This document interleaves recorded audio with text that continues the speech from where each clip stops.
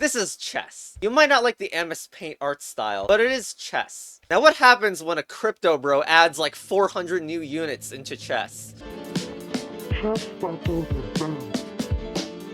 Yeah, so long story short, the pawn isn't competitively viable anymore.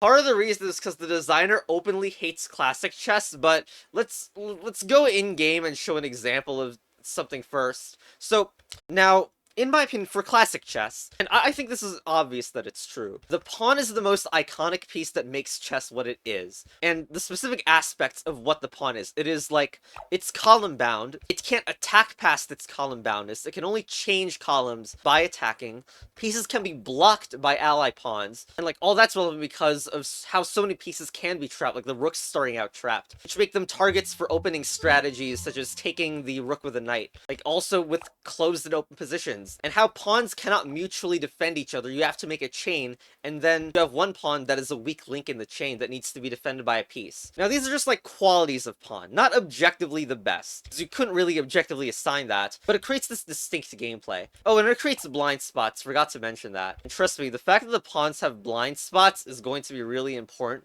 for why the thing is not competitively viable in this game. I mean, another interesting dynamic about pawns in regular chess is that this is actually pretty good at stopping a range 1 attack, but the pawns themselves don't actually have any mutual defense this way, and then pushing one immediately creates blind spots. But anyway. First of all is range destroy target. And this is on a value 0 freaking piece. And boom, it can kill pawn. Oh, that's not the only unit. This value 13 can also kill it. There's also magic destroy. How about cannot be targeted by enemy minions? Chess battle advanced. Then we have this snake that could get an easy 2-for-1. As you take the pawn and then it gets poisoned. Speaking of poison, there's so many poison units too that can kill it, including a 0 value. There's also the pawn can get gnomed. Yes, really. Remember that blind spot nonsense? Yeah, Lilith has like this massive range. It's only value 4 piece and it can just charm pawns. That's not only the only one. There's Soulkeeper too, which is an even more powerful ability to turn it into an ally ghost. So, boom. Now they're upgraded. Okay, meme compilation aside, to explain it a little slower, it's so easy for a Soulkeeper to jump in one of these spots and threaten a pawn, and there's not often a lot you can do about it. I mean, you would have to hit the Soulkeeper at range. And there are also pieces that can protect the Soulkeeper, like Guardian, and the piece that the Soulkeeper transforms it into is even better than Pawn. It's Ghost. Like, why does the designer think this is a good idea? Do you think people are aroused by dropping their pawns or something? Oh wait, some people are. Also, I forgot some counters. So I guess the question is, if pawn can't control anything with this nonsense in the game, what can it do? Well, one of them is king defense, and for 0 cost, you're kind of cheapening out on king defense, and pawn is not the only option there. Like, for example, we have hostage, which has no attacks, but on death your opponent loses 8 morale. A pretty sizable deterrent. We also have penguin, which you notice has 3 kind of attack squares. It has 1 actual attack square here, and 2 freezes. And freezes are weaker than attacks, but you could see that this kind of competes with pawn. Everything else on the list does not have 2 actual attacks. We have snake, which, and like, it has 4 conditional attacks. This is 8 conditional attacks and can't move. This is 4 attacks, but it's poison, so it doesn't work well on defense. Maybe Undyne counts as well, but the freeze is even weaker than penguin. Frog is even worse than pawn in attacking. But you could make a case for pawn being the best king defense. Although I think it is worth pointing out that the pawn that is on the edge doesn't even have the ability to access the other attack. But the thing is that pawn is also covering that diagonal if you want to use this as the defender on the B file. So this is the price you pay, obviously, for using a 0 cost defender, but it's passable. The other strategy is, of course, to wait until the coast is clear. You just keep, like, these pawns in the middle forever. Don't move them until the free kill unit is, like, traded away or something. Which is totally fine if maybe boring way to use them. And it is really hard to make trades with this thing, as you would expect, probably. Now, this video isn't over because that's not the only pawn. We have the 3 other pawn upgrade tiers to talk about. The Spaghetti Monster's graphical choices are bad, so it's hard to distinguish move from start with regular move, but you can see that pawn to pawn plus, it gains this move square and another move from starting position square, and also promotes to bishop plus instead. So, and then let's just show the other one. So this gains another move square and another move from start, and pawn plus gains another move square and yet another, like 2 move from starting position, and of course promotes to bishop plus. The thing about where this pawn is placed, it's starts on the second row, so it can't actually promote immediately in one turn if it's clear. I might as well just show the respective bishops, like those are important information. So that's bishop a cost 10. It's the standard, moves all in diagonal. The next upgrade gives it move only.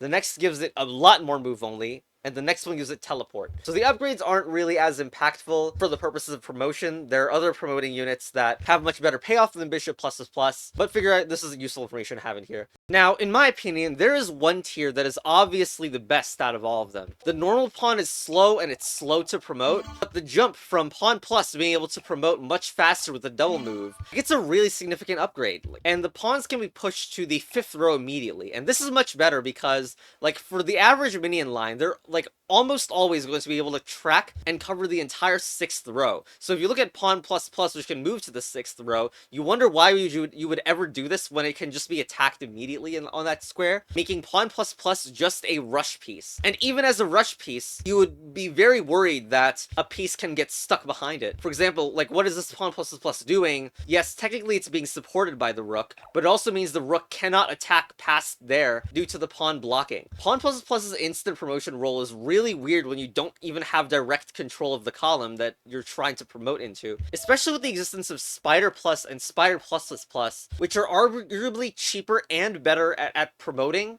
and they're also not column bound, so they can move around and still try to go for a different promotion angle. And the statistics the spaghetti monster has shared follows my intuition. Pawn plus is the best tier, the only one that actually has a positive win rate. Here's some food for thought scenarios with pawn plus. If your opponent is making the mistake of running too many high cost units near the center, it is possible to frustrate your opponent by constantly threatening, because it's only a 1 value unit and it's attacking higher unit stuff. So your opponent is incentivized to try to prevent that. And you could get in similar situations where even if your opponent has these free kill, destroy target things, they may not be able to use it because you can threaten it and keep threatening forks, which is the best part of pawn. Yes, this is a toy scenario, and there are potential ways to try to evade that kind of tactic, but I'm just trying to say there are situations where the pawn plus is mobile enough when supported by other pawn pluses to potentially threaten expensive stuff even if free kill exists. Here's the thing. If you put pawn in any old army, like, especially a common design where there's like range 1 movers, one thing is you'll find it really cramped because, like, we have these range 1 pieces that need to get out, so you need to do something like this, and, like, pieces just get blocked behind the pawns if you want that strategy of just keeping them there. The second is you'll run out of minions that can actually trade well. For example, I have, like, this freaking 2 cost, 4 cost, and 6 cost, which might not go that well if your opponent is storming you with 2 cost things. So I'm going to make some changes that'll still allow me to have cheap minions, so I can have some better minion trading prospects. Should be good enough.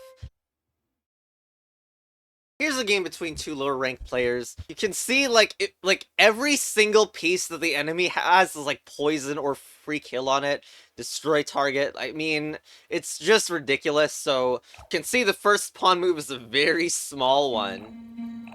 And something that I love, first of all, this thing is about to get free kill unless it's pushed away. But first, let's just move this pawn into the free kill range just to get rid of it, which really shows the value of the thing. No other freaking 0 cost units would not just be thrown away like that. And then freaking opponent doesn't even take this, because if that pawn was removed, that queen would have a better sightline. So, real spaghetti things going on here. Another piece gets free killed, but luckily the opponent is not good enough and gets the freaking poison mage killed. So now that the opponent has made the mistake of accidentally losing all their free kill units, pretty much. I mean, yes, there are still archers there, but the queen can pick these up. And surprisingly, I guess maybe not that surprising because it's a kind of a noob game, but a pawn actually gets to promote in this one. But obviously that would have gone a lot faster with a pawn plus. So yeah, of course, just an easy win for white here. Alright. So we got a little bit of free kill. Actually, this is even more free kill than I wanted. Hopefully we can get to trade a Frost Method for a Samurai, as the Samurai's value 3. The over there is really, really undefended. Although there is a Comet, so it isn't as undefended as it looks. So we got a Wisp. That's not very useful. We want to get this Ranger out. Get all these weak pieces out. Also playing against this guy who enjoys using these freaking Frost Mages, which freeze enemy for 3 turns. We are playing Frost Method as our front line, which is immune to freeze, so that's some nice nuance there. Of course. So who moves that Frost Mage and the Samurai up. So let's get these in. Try to get these methods up and trading. Intend to try to take that and leave, something like that. Like if I can do this and try to threaten the pawn taking this, which seems pretty good. Oh, ooh, that's a problem. Now that thing can only move forward though, so I don't think it'll be a permanent problem. Now the Frost Mage means there's a lot of freeze nonsense going on. But probably must play annoyingly passively. We can do this, then try to hit here. So we're trading 2 for 3, although it's annoying that we lose one of our immune to freeze units.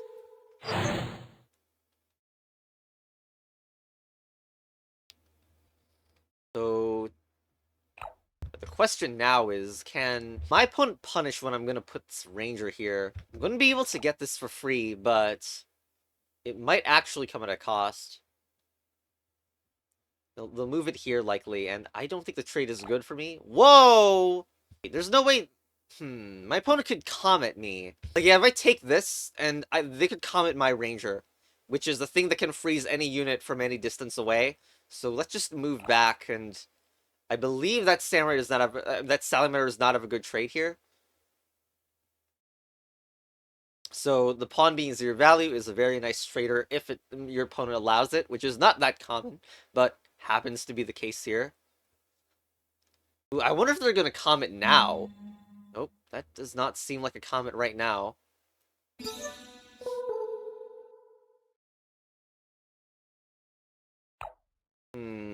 Why would I not just swap? With even the Poison Mage, but I think Ranger might be more important here as a swap candidate. As I do not want this slow, like... There are some tactics that could happen if I swap into Poison Mage instead.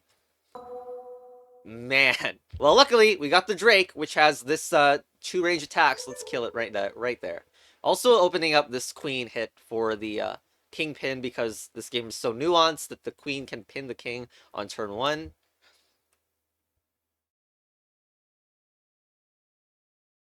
I still believe we have enough counterplay here. Null Mage up. So that's the thing that can make a target enemy no longer block movement and their value becomes 0.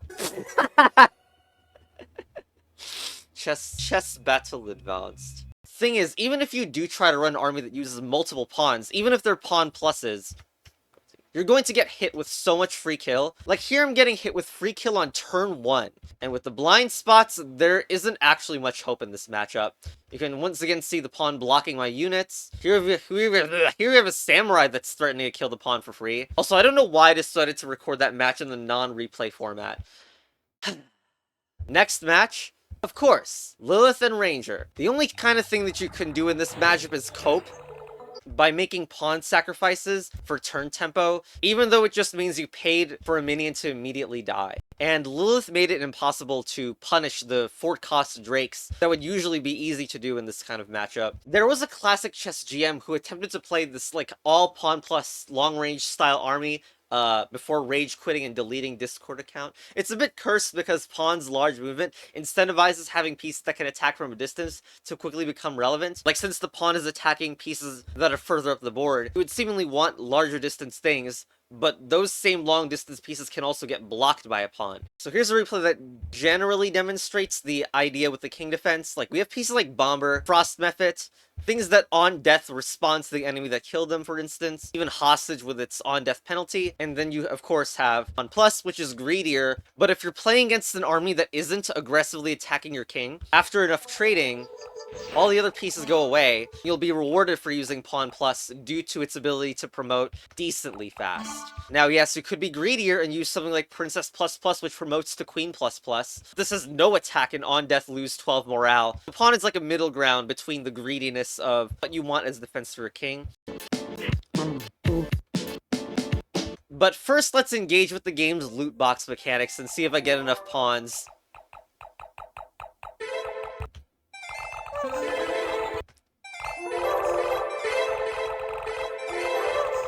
You know, there used to be unboxing videos for this freaking game. And you could get contribution, which was an outside currency. God, that contribution farm video is... There's gonna be so much content for that one. Anyway, so... clearly you can see opening basic boxes gives you tons of pieces. So pawn armies are at least very budget viable. Wait, I only got 15 pawns, and 8 are from the starting set. Whatever, let's just do the rush army. You know, I shouldn't say this in a video, but just as an aside, why do speed hacks make the game feel like it runs much better? Like, this search is so slow ordinarily, and... but speed hack makes it seem not slow. Anyway, with the pieces that I just got in that box, I made this army. This is like... So the idea is that you're attempting to use these pawns to rush down the top right using bishops and rooks. And here's the example of a low-rank game where even though these are not pawn plus pluses, and in fact on this move, it would be really good if this was a pawn plus plus, because I could go there and fork this both of these 5 value units, as the opponent only has 1 free kill piece, and it isn't a powerful one, luckily, because low-rank players may not have these free kill pieces all over the place, right? So this is the ideal situation for a successful pawn push. With this bishop is also protecting the pawn. It's really restricting the opponent. Although you also see a weakness of the pawns, and this weakness feels even worse if you're playing with pawn plus pluses. Like, these pawns are outright blocking the way. This rook would love to go and take that undefended legionary, but it actually takes a long while before I can actually get that legionary. I use the ninja, by the way. That is a synergy that long range and unblockable units do have with this build, although Angel is the preferred non-budget version of the kind of thing that this army is trying to do. And we get both promotes in this match. To be honest, I've been trying to build a good pawn plus plus specific army, and there's really not many. The spiders look like a meme, but honestly, spider is like the most comparable unit to the pawn plus plus, as it has this gigantic move range. It's basically like the pawn plus plus, but for the bishop instead. Here we have the Angel, which is the better range 3 unblockable. And for this army specifically, even though it's a bit of a meme, the on death of Angel might synergize with the pawn the most. This on death is usually something that no one actually cares about, but for this specifically, so this is a made up situation I just want to illustrate. Again, this is actually pretty rare that it happens. Let's say we had that on death effect being used. So the Angel would capture something would take it back, and then you could use the fact that the pawn is enchanted to make some fork that you normally would not be able to. Like, currently only this null mage can do it, and the null is not actually an attack, but this is actually pretty rare that it happens. The minions could be different, like you could have archers, like snake, and no one really uses pawn plus plus anyway. If you want to see a different pawn plus plus army that, like, I didn't, of course this is not mine at all, you can see its ineptness. Like, this actually uses tombstone plus plus, which is a pretty complex unit that I just don't want to talk about at the moment because it's complex and not really the topic of the video. And it takes so long to even attempt to even, like, because there's a Lilith in there, and this pawn gets stuck, as freaking usual for pawn plus plus. A lot of crap happens. But eventually this, it actually does break through. But not before freaking Lilith shows you why using pawn plus plus is a bad idea. And one of the skeletons spawned from Tombstone appears, and it gets captured anyway, which is hilarious. I think White actually wins this game with the Fencer and constant checks, because this game is made by Spuggymon. I also briefly experimented with pawn plus pluses in the center, with the idea that people might not be expecting the rook pins that you can do from turn 1. Like, you could consider, like, Soulflare for this, but of course there's a Lilith. Like, I swear I'm not freaking rigging things. People just use free kill all the time in the game. And it dies to free kill. Opponent allows a trade with Lilith for some reason. And I believe this match actually doesn't go that bad for me. Although, it really stops being that much of a pawn plus thing. But it was pretty successful, and there was a really nice check with Aquarius, which has this on death, destroy self freeze, and push away. And the match is basically over after that.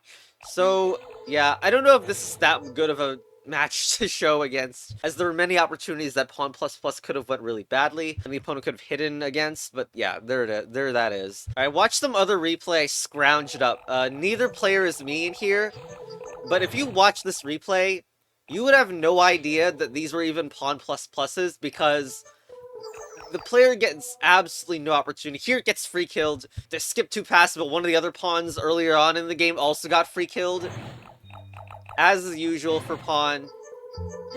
And then this pawn is useless because it's looking at the king defense that has stayed there the whole game. Here's some other pawn plus replay. This one is on the other end. So a bishop, they use dove to swap this bishop here. Here you can see the snake.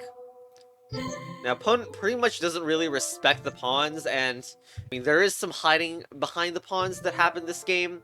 There was also Dryad, which is a famous rook and bishop nuancer. So it doesn't look that good for black right now. This princess is actually not being threatened because this void mage can't actually do anything to princess. The promotion happens on the other end because that's how good pawn plus is. But opponent allows this to happen. I kind of don't think the freaking opponent respected that enough. Can you really credit pawn plus for doing anything this game? It's freaking other pieces that are doing the promotions. Alright, well, anyway.